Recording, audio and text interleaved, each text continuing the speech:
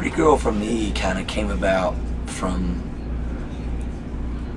long before the success started happening. You know, we were a traveling band for years, and we were all over the country taking turns driving 9-10 hour shifts, and it was really, really difficult. I mean, it was hard because the gigs weren't paying anything. I could barely pay my players, you know, $100, $150 a show. They were playing with me just because they believed in the music and it was going somewhere. But after, you know, several years of nothing really happening, you know, it takes a toll. And Dave Lapsley is my lead guitar player, and you know, I met him right when I moved to town, and I would watch him, you know, on the van. You know, we'd be driving, and I could see him in the rear view or whatever, Skyping with his kid, you know, and you know, we get to the hotel, and he'd Skype with his newborn, you know, with his newborn baby and his wife, and it was hard for me kind of because it was.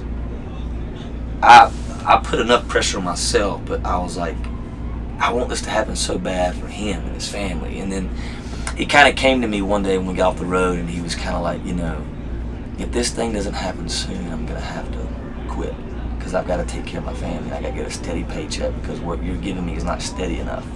And I understood.